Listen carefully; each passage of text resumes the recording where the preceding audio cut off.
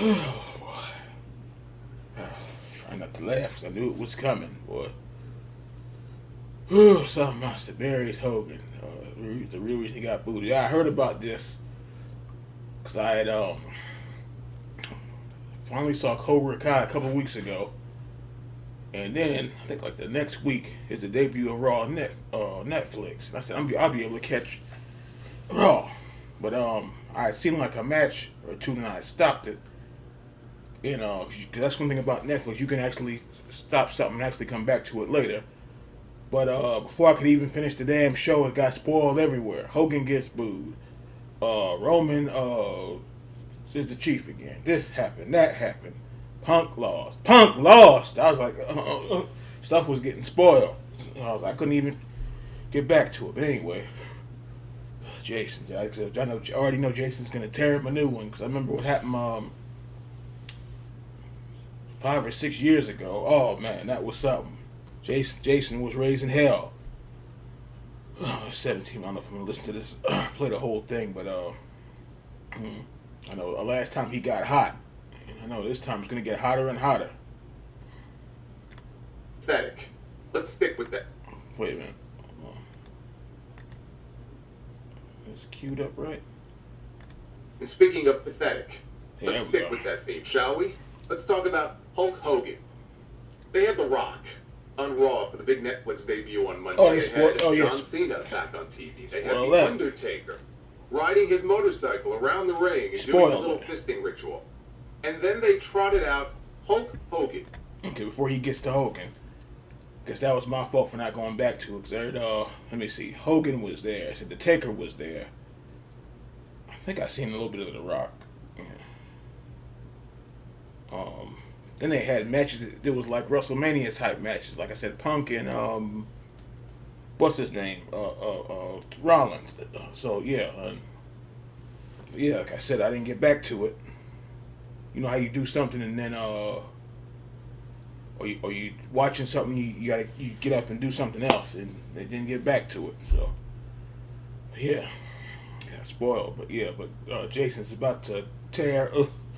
Oh boy, come on, play. To promote his new Real American beer. One of their new sponsors, which they now own a minority stake in, by the way. So they even have a couple of logos for it printed on the canvas, so we have to look at it every week. Still not going to get me to drink it, but they are officially business partners now, so that's why Hogan was there. Never knew Jason drank, but At okay. least Undertaker was on the very first episode of Raw, so it was a neat little full circle moment to have him on the first show here screaming. Hogan walks out there in the Intuit Don't Call Me Silverdome with Jimmy Hart, who's waving the American flag.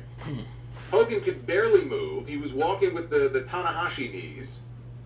Now, I will always sing along with Real American because it's the best wrestling theme song of all time. You can fight me on that if you want to, but you would be wrong. But from the moment he stumbled out there, the fans in Los Angeles, they booed this man out of the building. 17,000 fans serenaded the biggest star in the history of the business with boos so loud that you would think the Lakers just got blown out in the NBA Finals.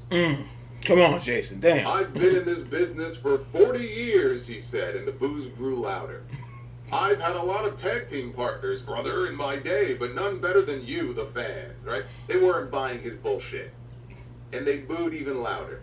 The funniest part was him putting over the move to Netflix. With all of the Netflix executives there live in the audience, calling them WWE's best tag team partner of all time, and the boos just raining down. Then he started plugging his beer, which is the real reason that he was there, and that went over about as well as most of his opponents did during his career. Then he did his usual shtick, and he posed even more boos. These people sent a message, loud and clear. They don't give a fuck about Hulk Hogan. Nor do they have any interest in seeing him cut the same promo that he has been cutting for 40 years. And also, you got to keep in mind, I'm sure there's... Now, wait, come on, Jason. Now, wait a minute. Now, maybe they thought it was Hollywood Hogan, but without the beard.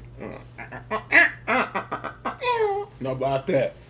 Maybe they thought it was Hollywood Hogan walking out there, because he's got the the white and black on with the red headband, and actually that doesn't even look right. Yeah, I just thought maybe they thought it was Hollywood Hogan. A decent number of people at these shows, they didn't grow up with Hogan. So to them, they don't even recognize how big of a star he really is. He's just the old guy who looks like a cartoon character who comes out there with the saggy arms because he doesn't have the 24-inch pythons anymore and can barely move. So for them, Hogan, he doesn't hold any sort of, great reverence to them. They don't look at him and go, oh my God, it's Hulk Hogan. They probably know who he is. But I'm sure there's a decent number of people in the crowd who don't look at him in the way that other people would who might have grown up watching him. And it's sad. Guys like Hogan and Ric Flair, really, at this point, they should be wrestling royalty. And they're still with us. So many of their peers, they're not around anymore. They're long gone. And in a different timeline, a different universe, these two would be great ambassadors for the company. But all they have done over the years since they retired is taint their legacies and embarrass themselves. Flair would get a better reception than Hogan would if he walked out there. I have no doubt about that. Just like he did in AEW. But that doesn't make him any less of an embarrassment. And it's sad that it turned out this way, but you learn things about people. Yeah, I remember, not Jason, Bruno Sammartino, it was an interview. I think I reacted to this. I can't remember. He said not Hogan, Flair. He got up on the table at I don't know if it was at a bar or some event, got on the table and pulled his pants down. I was like, oh boy, this man drinking will bring it out of you.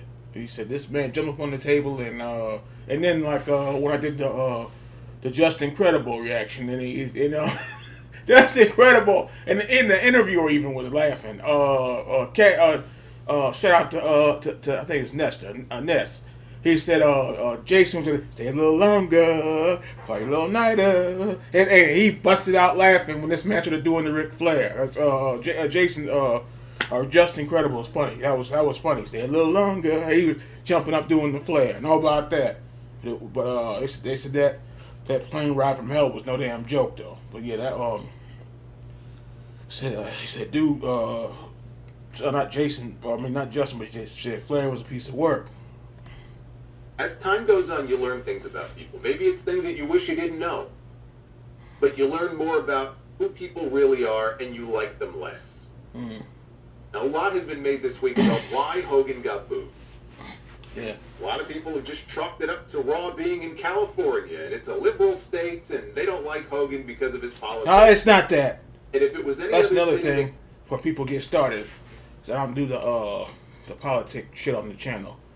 But like I said, the Netflix Raw got spoiled, and I kept hearing about Hogan getting booed, and was it that? No, I don't believe it was that. I believe it was like a lot of this internet stuff and stuff that came out the woodwork. Had nothing to do with that, because they said the Taker follows what's his name, so it had nothing to do with that.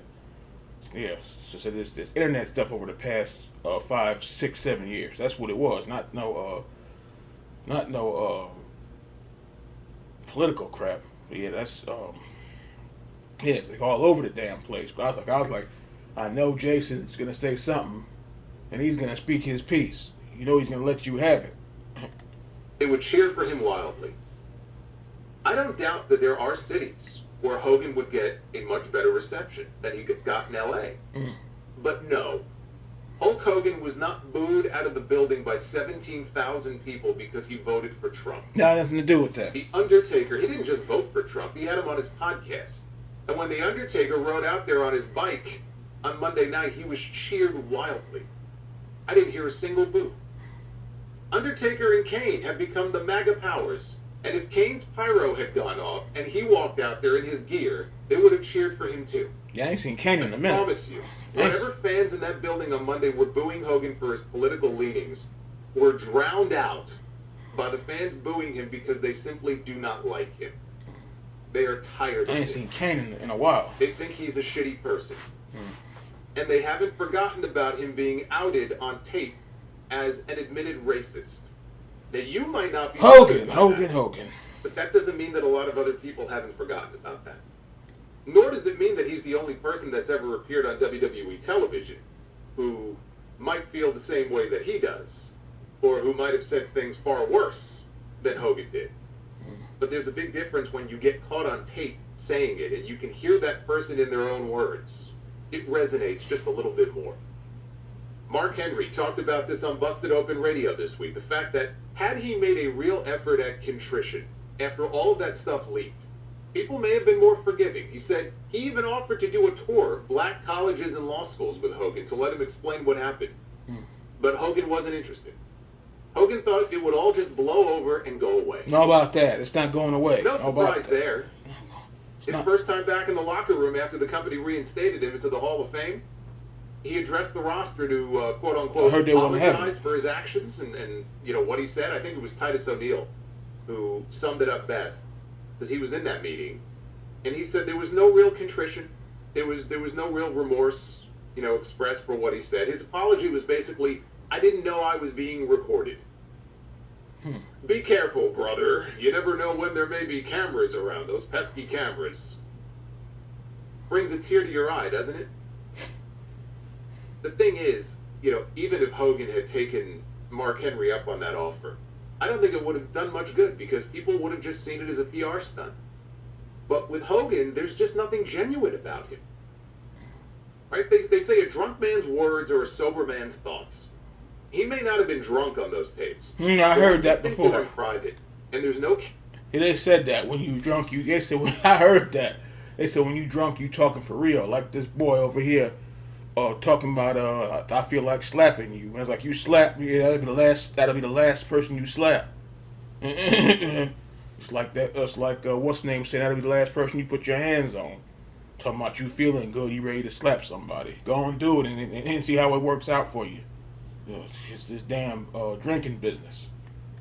Cameras around, you let your guard down. Letting it go to your head. About somebody in that situation. What we heard on those tapes is probably about as genuine a look at the real man as we have ever got. Because he was not being Hulk Hogan in that moment. He was not cutting a promo. He was not promoting some new product. He was just being Terry Bollea.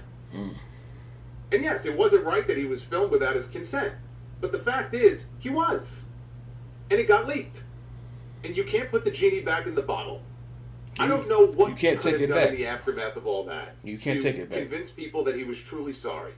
And that this isn't the kind of person that I really am. For a lot of people, the damage was done.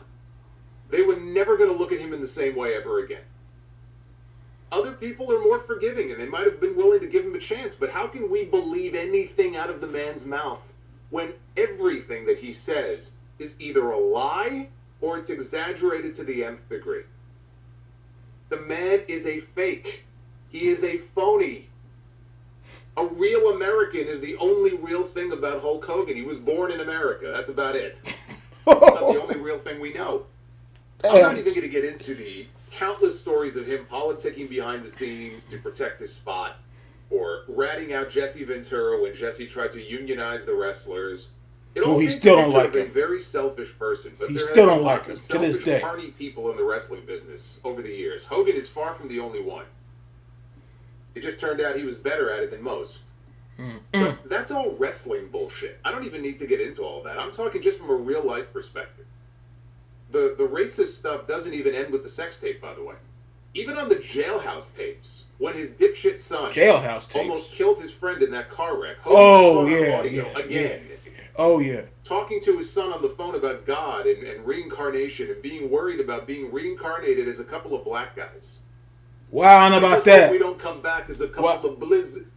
I didn't hear that part. Now I'm going to have to get that back. I don't remember that. I remember he said, I heard he talked to his son in jail because he get in an accident or ran somebody over by accident or something like that. Couple of black guys. I just hope we don't come back as a couple of blizzak gizzeyes. Speaking in fucking Carney, like people aren't going to understand what he's saying. Wow. And then they have a good laugh about it. Damn. That's the thing that made me look at Hogan and that entire family in a completely different light. It was the John Graziano story. That's the one that made my blood boil. And I doubt that most of the 17,000 people booing him on Monday even know who John Graziano is. John Graziano was one of Nick Hogan's friends. Nick was Oh, out drinking and drag racing one day. This was back in 2007. And he drove his car into a tree. This was only a few weeks after he got hit with his, I think it was his third or fourth speeding ticket in less than a year. Crashed his car. Nick ended up okay. His friend wasn't so lucky. And he suffered a traumatic brain injury, and it left him in a vegetative state. Most of his frontal lobe is gone. Kid was a U.S. Marine. He didn't suffer a traumatic brain injury in combat overseas, but he rides with Nick Hogan, and he can't feed himself for the rest of his life. And so Nick ends up spending a few months in jail, but the jailhouse recordings were released. And you hear Nick talking to his father, and he's talking to his mother, who's literally crying and whining on tape about how much more devastated she is than John's own mother. Like she's the real victim here. Oh, the real victim. I mean, literally, that's what she sounds like. On this day, I'm at the beach, and it's not the same. You're not here with me at the beach. Then you have Hulk talking to Nick, and the two of them are victim blaming. They're blaming the kid with most of his brain missing for bringing all of this on himself because he was a negative person. He used to yell at people a lot. God laid some heavy shit on that kid. It was God's will.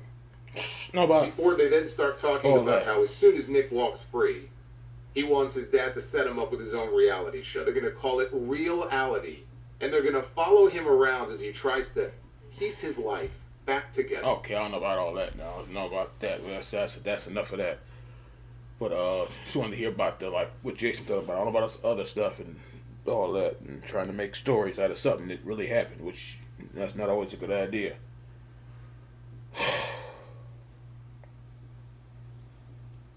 This dude here, boy. Listen to what Jason said. Now, and everybody's talking about it, so Jason's story makes a lot of, or it's not a story, but what he's saying makes a lot of sense. But people ain't like he said it 10 minutes ago or 5 minutes ago. People ain't letting that slide. I don't know about that. People don't forget. I remember some of that now. He said about the locker room when he came back the first night or whatever that was. The locker room wasn't having it. I mean, they was respectful, for the show and everything. Ain't gonna say nothing crazy to the man, but right. Okay, going to hold your hand out, and I don't know about that. And the guys probably just like this here, like, and that's it. Hey, no hard. You're not even getting a hearty handshake.